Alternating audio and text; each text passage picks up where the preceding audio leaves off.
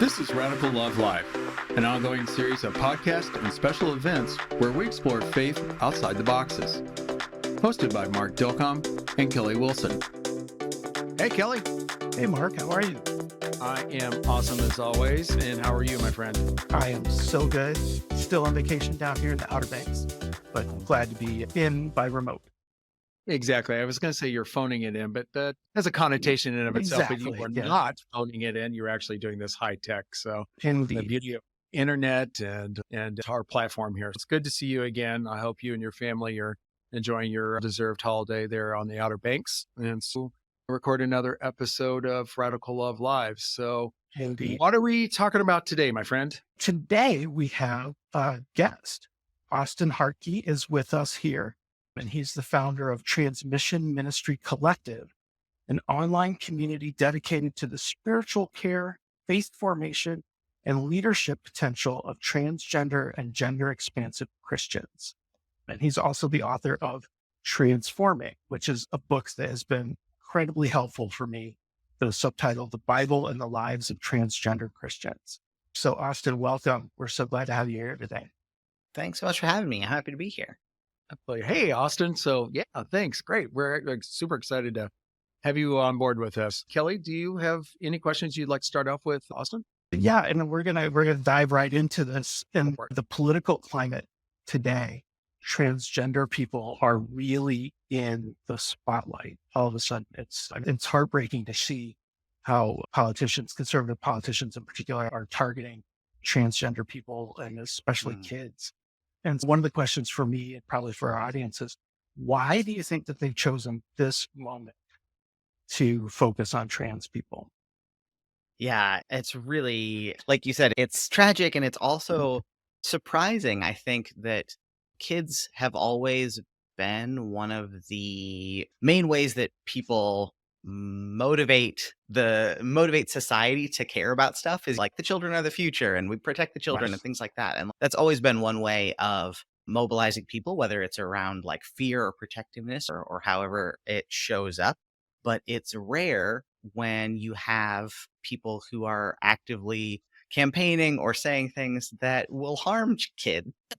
And I think the main crux of the conversation is that the people who are saying these things and putting forward legislation that harms transgender kids are doing it because they think they're trying to protect those kids. At least the people that are doing it in good faith think that they're trying to protect kids. There are plenty of people that are not doing it in good faith.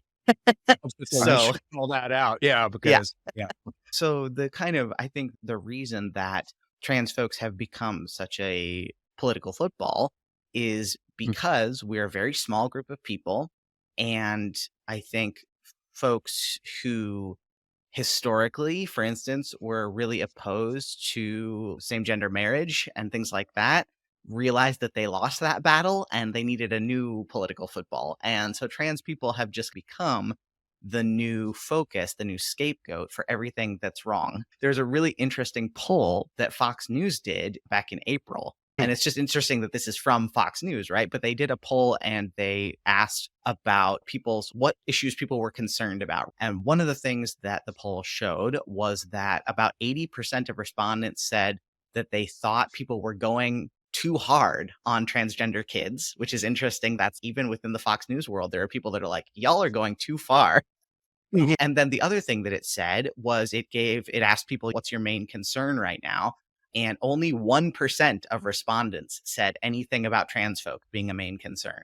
What we're seeing on the ground in our communities is that trans folks people are not in as much of a panic as media would have you believe, but we as a community are a really convenient scapegoat for people to use. And so it's really the squeaky wheels, the people that are the loudest that keep talking about us are misrepresenting what I think society as a whole feels.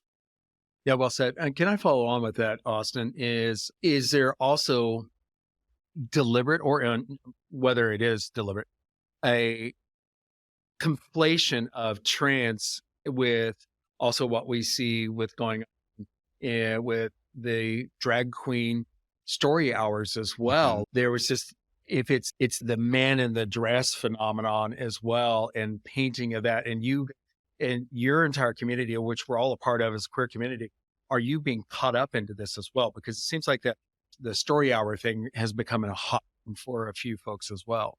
I think the story hour thing has become as big as it has because it directly involves kids. Right. And so you probably remember this, Mark, like in the 80s and the 90s, even gay people were seen as a danger to children. Yep. And that was how it was set Mhm. up. It's the exact same thing today with trans folks, with drag queens being set up as we are a danger to children, which is just so unbelievably untrue.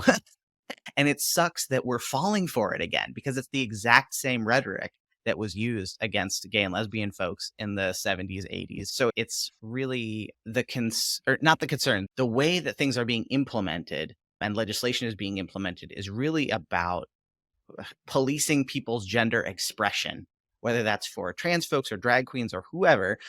And many folks who do drag are trans and many aren't, right? That's part of our community too. But it's really all about policing people's gender expression and how we are allowed to show up in the world. And I think a lot of cisgender folks or non-transgender folks don't realize that this is affecting them too and is going to continue to affect them because we've seen more and more people like women who maybe have short hair and dress in a more masculine way, but who are not trans and who are cisgender, who are not even maybe gay, are being kicked out of restrooms because people are like, you shouldn't be in here. So this is affecting Wow. cisgender people too. The more we police how people are allowed to present their gender in public, the more it's going to affect everybody. And I think people don't quite realize that. All said. To Wow. that end, there was a recent piece that I read from a woman who was in Europe, and she was chased out of the restroom, and this was in France, as I believe, yeah, because the restroom attendant, which, as folks know, in some of the throughout Europe, you'll have attendants, and the woman thought she was a man and called management, and it was like turned out to be an ado when here she is cisgender. She happens to be lesbian, but that's not even the point. Hmm. They identified her as being too masculine because she had a Right. suit. And I was like, oh my God, is this and to your point, is this as a result of all of this hyper awareness that we must fit these boxes of what we look like Yep. in how we represent ourselves? And God forbid that a woman has on, I don't know, a masculine looking outfit.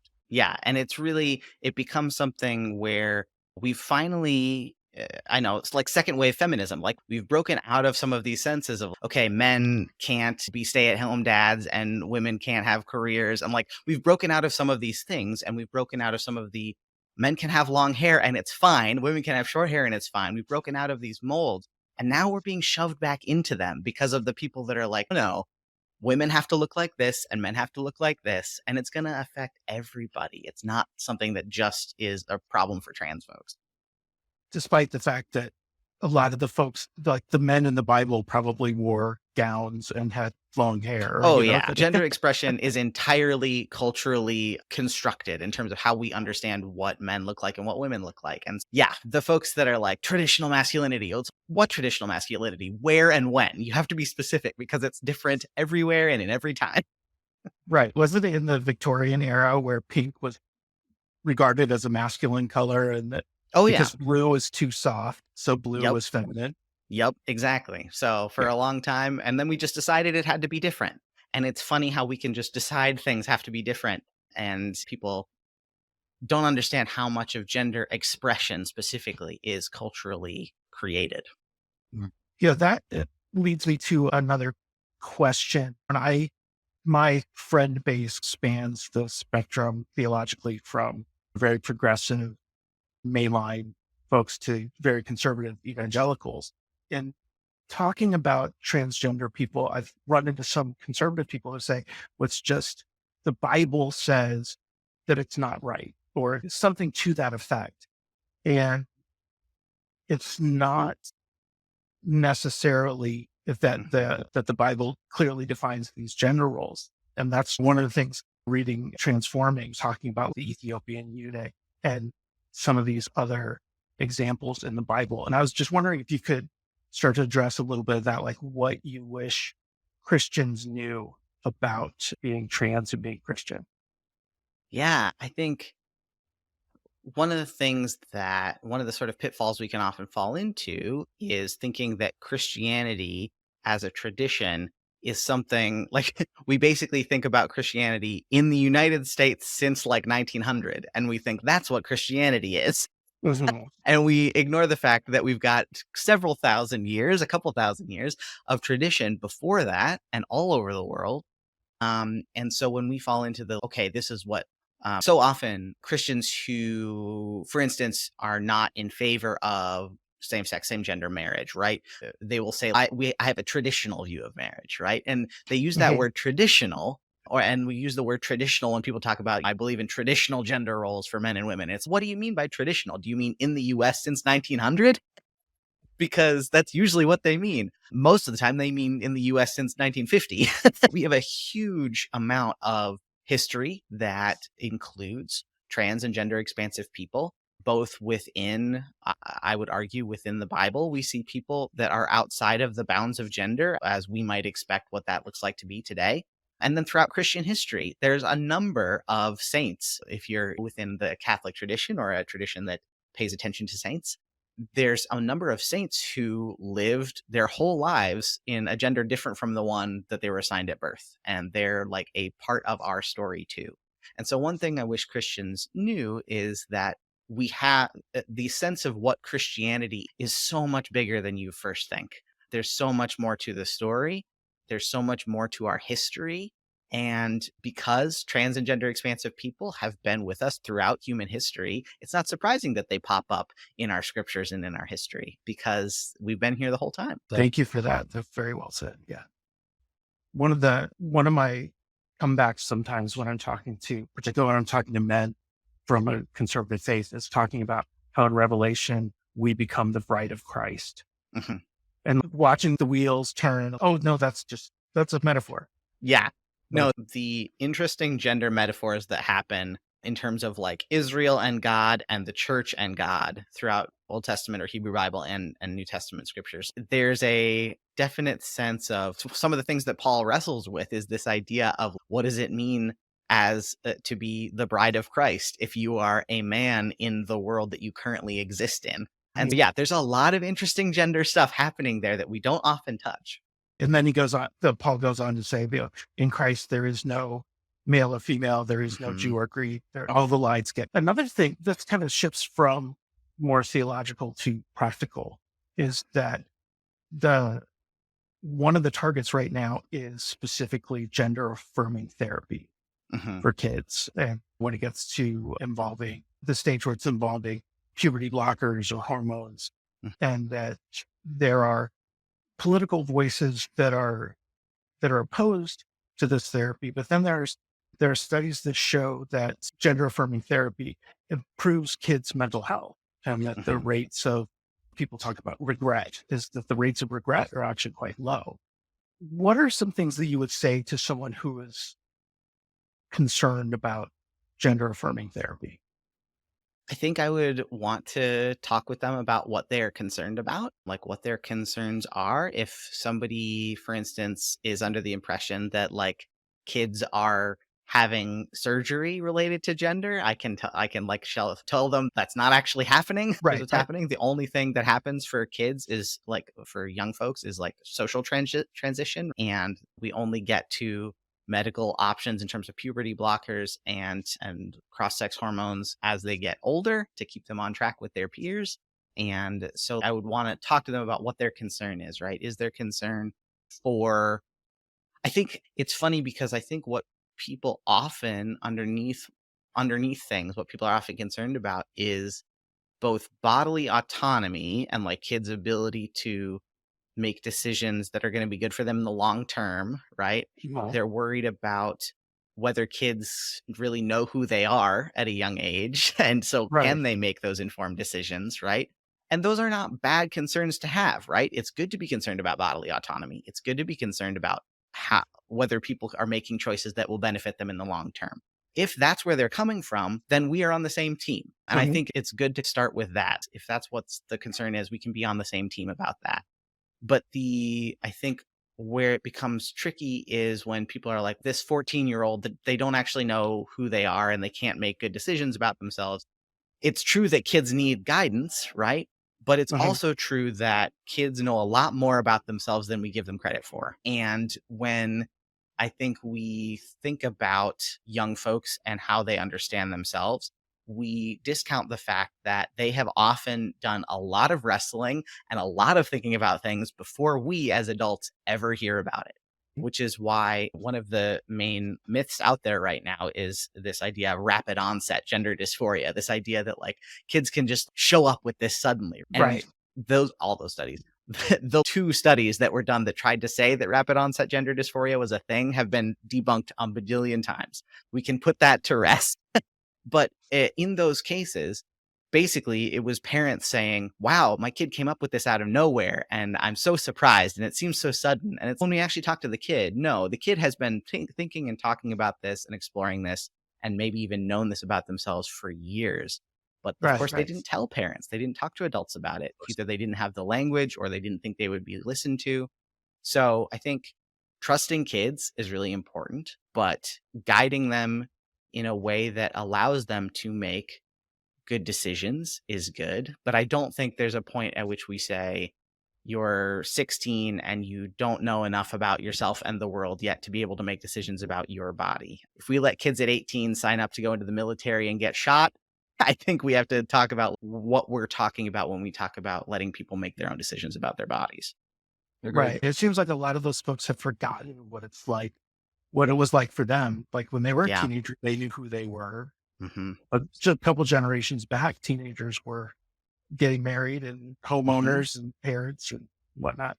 Mark, Exactly. I see I know you got a list of questions. I see you leaning into the No, no, mic there. So no. I just everything you said, Austin, is just resonates deeply because being a cisgender gay man, what you were just sharing with the rapid onset, that would be it's very similar to what my coming out story would be. My parents were like, "Oh," I'm like, "No, I've been thinking about this for a long time. It's just Uh-huh. something we didn't talk about," and that happens time and again because the kid. This person, whether it's me or anybody, we're all thinking through this, of course. Hmm. We just don't we're not going to tell our folks, Right. maybe more so in current generations if we have cool parents, not that I didn't, but culturally that we just don't talk about things that are not easy conversations. We've already internalized and processed a lot of that. So that's why Right. it's And so much. Yeah. yeah, and it's not like when kids, even if it feels sudden for the parents, it's not like the kids say, "Hey, I'm trans and I want to do this thing," and they immediately go do it. That's not how the process works. Even Right. within informed consent clinics, which are like informed consent has fewer hoops to jump through than maybe other ways of doing things have. But even within informed consent, there's still a lot of hoops you have to jump through in order to do anything medical. And so I think people think, I tell my parents I'm trans today and I'm at the clinic getting hormones tomorrow. And that's not how that works either. So we have to educate people about what transition timelines can look like and what transition can look like for young folks. And there's just so much misinformation out there. It's hard to get the actual information to people. Wow. right. Very Yeah. well said. Go Yeah, ahead. it seems like a lot of people see people like rushing to the clinic where even something like puberty blockers is often used to put the pause button on so that we can Mhm. all think about this and Yeah. make sure that you were talking about this and making sure that the decisions are solid and that Mhm. the identity is solid. And I don't think opponents to that kind of therapy understand that everybody's trying to be as thoughtful as and careful as they can because Yep. the kid's health is paramount. Yeah, it's true. And the people that argue about there's a huge rate of regret, there's actually not. The rate of regret is like 2% or something like that. And compared to the rate of regret for knee surgery is like 30%. So are we telling people they can't get knee surgery? No, that's not how this works. Well said, Austin. It's great to have you a part of this conversation. You're so well spoken about through your own experiences, and I'm going to change it up a little bit and talk about what you would describe as your call. Mm. You are a theologian yourself, right? You went to seminary, Hmm. and you're ordained, right? No, my degree track was the academic track rather than the Okay. ministry track. And then I ended up doing ministry anyways. And we're all ministers, aren't we? If we That's what Luther said. That's what Luther said, that it's the communion of people all ministering together. that's what we are. And then and I it sounds like you have a joyful ministry especially living through your own experiences. So tell us a little bit, what is it that you do working within church communities and addressing so much of the conversation that we just had? Because I got to imagine this is a big conversation, a big topic. Definitely. Yeah. A lot of the work that I do with churches these days is really it's interesting because I started doing this work, education work with churches in 20 let me think. 2015, and so 2015, 16, 17 it was mostly conversations about trans 101. They really hadn't heard much about trans folks, and we really got to, in many ways, we still had to deal with a lot of the transphobia that's just in our culture, that's low lying, like the sense of especially transphobia against trans women or anybody that we Mhm. think of as a masculine person that is presenting too feminine, quote unquote. We still had to deal with that stuff that's just in the water we swim in. But we didn't have to deal with all of the misinformation that's currently out there, right? And so the education work has really moved from sort of a 101, here's what it means to be trans, etc., all to today. A lot of the work that I do is combating misinformation. You've heard this, but here are the studies, right? And so that's changed some of what I do. But really, a lot of the churches I work with ask me to come teach there because they are churches who went through some sort of there may be like a reconciling in Christ church or an open and affirming church, or they've done work around sexuality and affirming gay, lesbian, bisexual, pansexual folks, but they haven't done that work for trans and gender expansive folks. And so they're realizing that they've only done part of the work. And so it's always funny to have conversations with churches in that spot because they're, oh, we got our stamp. Like we're affirming, we got our stamp. And Uh-huh. it's, but how about trans folks, intersex folks, like other folks in the community? What about them? And they're like, oh, we haven't really done anything to Mm, educate about them. And I'm like, good, let me upgrade your stamp. that's right. Right. So that's a lot of the work I do. Oh, that's so awesome. I think you covered the fact that you're working within affirming and inclusive churches. Are these non-denominational or are they denominational that we know about as well? Yeah, there's a range. I guess I probably, if I was going to break it down percentage wise, the most churches that I speak to are probably Lutheran churches because that's the tradition that I come from, Oh, ELCA churches sure. specifically. So Lutheran churches, Episcopal churches, Presbyterian churches, UCC churches. It's really all over the place. It's more rare that I get invited to non-denom churches, but it's not unheard of. And especially if it's like a congregational, if it's a church that allows for congregations to make their own decisions, they have a lot more freedom versus churches that have more of a polity that they have to go through the chain of command to make sure it's okay with the higher ups. So I have yet to speak at a Southern Baptist church, but Mm, American Baptists, we got them. It's a little bit of everybody. great. What are w- so you answered that you've gone beyond Trans 101, right? Mhm. And now you're into my word here, battling misinformation, but I'm sure it does feel like a battle because it just is overwhelming focus on trans folks and using them as the enemy and othering. And of course, I look at it as monetizing othering as well, because that's what Mhm. certain denominations, like the one you just happened to mention, like Southern Baptist by Mhm. name, who demonize us, anybody that's in the queer community, because it doesn't fit their box of what they determine to be a good Christian. So God love you for the work that you do. And I mean that literally. God love you. The element of that though, what are other questions that come out? What would you like for me to have this conversation with somebody within my own church community? What would I, and I say this honestly as a gay man, what is it that biblically, what could I do in my own conversations in my own space? Mm. Yeah. In terms of practicing allyship with trans folks, Yes. I think one of the things that I really thought for a long time in this work was that if I could just get the information to people, if I could just do the education work, it would change people's hearts and minds and how all that kind of stuff. And if I could just get them the information, they just don't know. That's not always the case. There are some people for whom you can give them all kinds of information and it's not going to change the way that they treat trans folks. And so I think one of the things that I've realized in continuing this work is that we can't go into it with the same sort of, what do I want to say? If you're somebody who grew up in an evangelical or had an evangelical background, you may have really been drilled in the process or structure of apologetics for Christianity, right? Like Mhm. you're drilled into it. What if you have a friend who says like, how can you believe that stuff? You're taught how to respond to that conversation. Absolutely. And so I think sometimes when queer Christians come up into these conversations about LGBTQ folks, we Yep. take that same tact. We're like, okay, cool. I'm going to use the same formula of apologetics to defend who I am as a queer person. Right. And it's a little bit of the like master's tools will never dismantle the master's house situation that Mhm. I worry that like the use of that structure of apologetics doesn't necessarily always help. And so one of the things that I've started trying to do is to, instead of coming to a conversation and being like, here's the evidence that I have, and then they say, here's what I think, and you just go back and forth and try to see who has better evidence, Right. rather than doing it that way, I've been trying to figure out where the person is coming from and trying to get on their side first so that we can look at the problem together rather than looking at each other as the problem.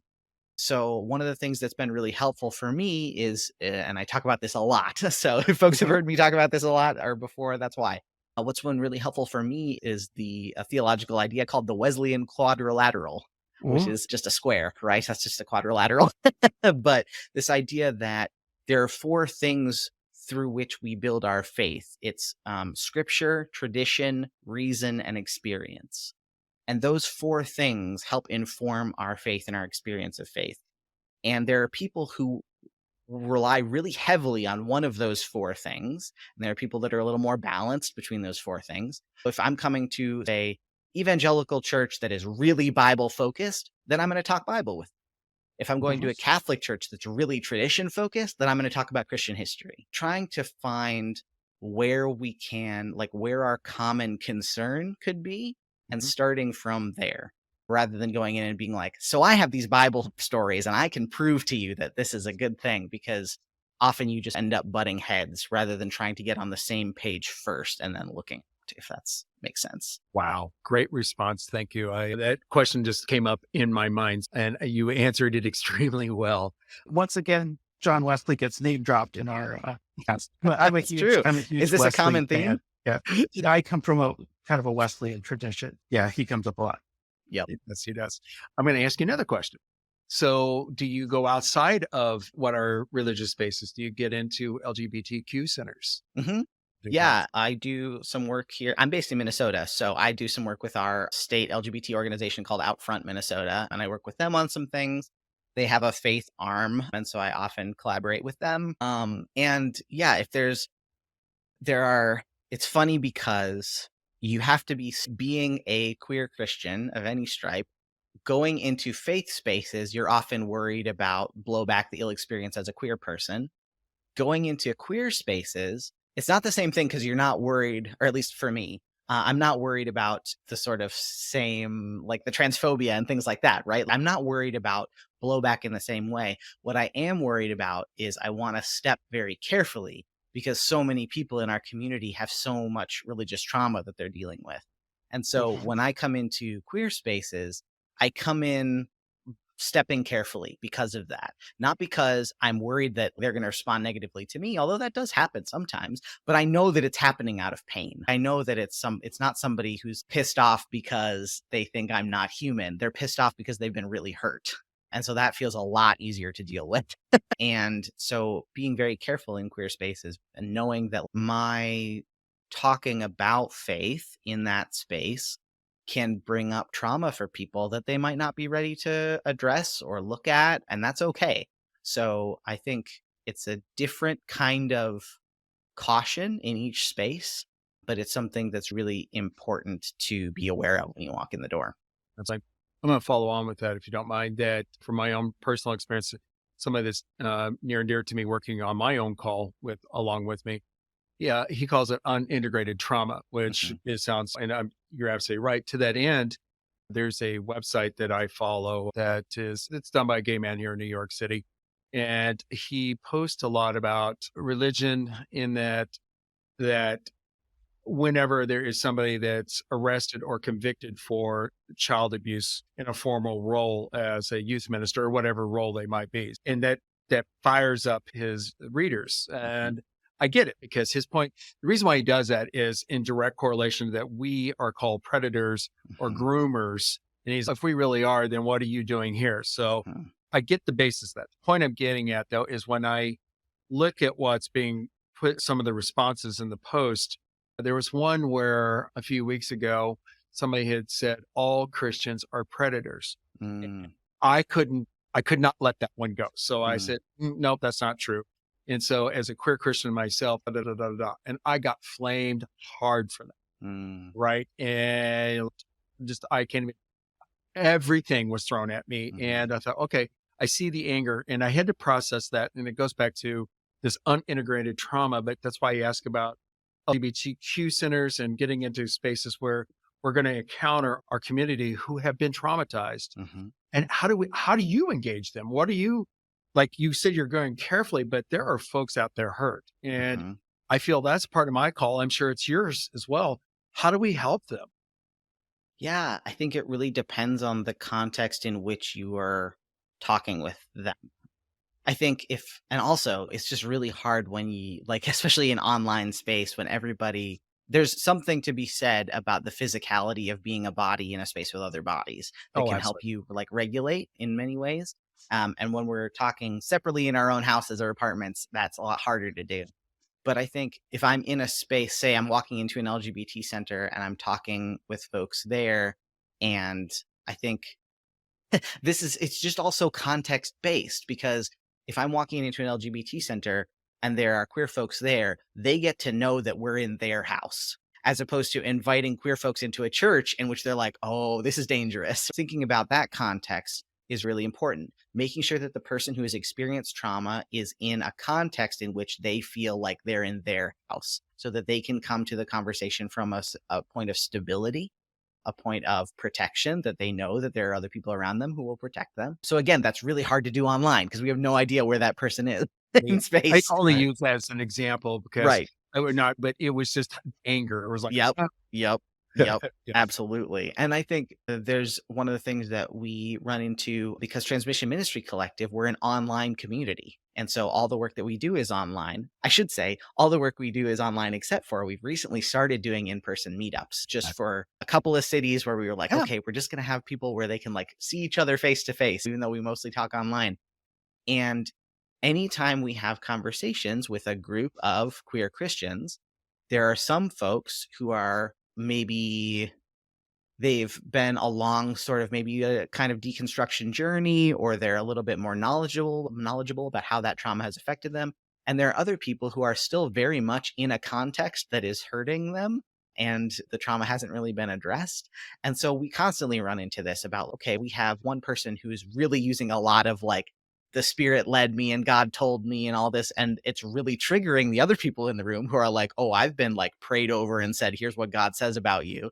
And so you have people in the same, whether it's a digital room or real room, who are like, oh, you're coming from very different perspectives here on this. How do we talk together without hurting each other?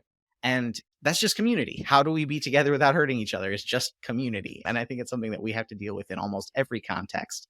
But it's especially hard when you know where that hurt has come from. well said. Thank you. Going back to the Christian context, because I'm sure that there are some people that you talk to about faith who are just like, how can you still be allied with Christianity when it's our adversary? What are some of the like what is like the core of your, and this is very personal, your faith that you share? This is why I still this is why I still have Mm. faith. That's such a good question. I don't know if y'all are knew about for a while. Rachel Held Evans and Nadia Boltz Weber had a convention called Why Christian, and that was the whole thing. Is that they asked people to come and essentially answer the question, "Why are you still a Christian?" And I think about Rachel's answer all the time at that first conference that they had. Rachel essentially said, "I'm still a Christian because it's the story that I'm willing to be wrong about." And I just love that answer. That really still resonates with me. I think the center of my faith, it's a dual center. One is a center around a a sense of history and belonging that comes from, I often think of like faith as something we borrow from our ancestors, that it's something that has been passed on and built upon. My favorite theologian, Abraham Heschel, said, "There are no proofs for the existence of God, there are only witnesses." Mhm. And I think about that all Oh, the wow. time. I'm all for Haschel. Thank you very much. You'll make people happy by mentioning him. Yeah, so I just feel like that sense of the witnesses, follow the witnesses, has been really important to me. The other thing that's really important, the other sort of dual piece of that is theology around incarnation.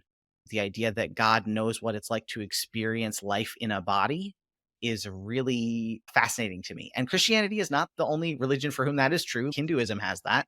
But specifically, the story that I grew up with that talks about God, an embodied God, a God who chooses to be embodied and experience life as a human, is really powerful for me as somebody who wrestled for a long time with what it means to have a body and be a body. So I think those are the two bits, the witnesses and the embodiment and the incarnation, that are really important to me. Thank you for that. Thank you for sharing. I know that's got to be very personal insight, but we appreciate that. And I'm looking at the time. I wish we could talk all day, but it looks like we're probably coming up on our time pretty soon. Mark, do you have any other last questions? I do. I saw your YouTube. There's two questions here. What you did on YouTube with 100 different episodes that you recorded started several years ago, Mhm. what it is to be trans and Christian. And it absolutely blew me away. And I'm saying to our listeners, if you've not seen it, go check it out, what you have done, Austin. I think it's so obvious. It's something I've thought about personally doing, but you actually did it. And do you keep that up? Is that still going on? That project? No, Yeah. I'm trying to think. It was like 2014 to Yeah. 2016 or 2017. So it was a short-term sort of project that I worked through. I started with like the main verses that are used against trans folks. I started there and then moved into, okay, what else can we say about what it means to be trans and Christian besides having to just debate the clobber passages over and over? Right. And so I started those videos because I came out of seminary and was working in a job that wasn't related to my degree. And I was like, what do I do with this? I really want to talk about this. And so I started making the videos because trans people at the time, like 2012 to 2014 or so, trans people were documenting their transitions on YouTube. And I was like, this is perfect. I'll just do it here. And then those videos became the basis for Transforming, the book I wrote. And so it's like the videos turned into the book, which turned into the Transmission Ministry Collective community. So it's a through line. Oh my God, that's beautiful. All right. And I'm going to ask one other question. In your working with trans folks, how is their spirituality? Where do they fit in that spectrum? Do they perceive it as a gift, or do you find them to be more spiritual? What's your sense of the individuals that you encounter? I think it's just as diverse theologically as any other group of people. I think trans folks have a unique insight into, especially one of the things I talk about a lot is, and this is not my own idea, this came from Virginia Ramey Mollenkott, but talking about how trans folks have a insight into being able to break down the dichotomies and binaries that are so inherent in faith and Christianity, specifically the sort of heaven, hell, good, evil, holy, unholy, body, spirit, like all of these dichotomies that Christianity is so entrenched in. Trans people can help recognize the places where it's a both and, or it's a neither. And so I think trans folks have a lot of spiritual insight into what it is to be a whole rounded spiritual person who doesn't have to rely on structures that we try to smash God into. What is that? What does God look like without those structures we've tried to shoehorn God into? So yeah. Mm, well said. Thank you very much for your time, Austin. You have been an awesome guest, and I'm so grateful that you joined us on another episode of Radical Love Live. Kelly, do you have anything else that you'd for Austin? Or No, I just want to say thanks. This has been an awesome conversation and remind our listeners that Austin's book, Transforming, is available wherever you buy books. And That's you true. can also, can they find the TMC online? They can. It's just transmissionministry.com. Awesome. Awesome. And thank you so much. We've really got a lot out of this conversation. I hope our listeners do too. I'm so glad. Thanks for having me. Thank you so much, Austin. Thanks for listening to this episode of Radical Love Live, co-hosted by Mark Dilcom and Kelly Wilson. All rights reserved. You can find our podcast on Spotify, Apple, Stitcher, and other popular podcast platforms.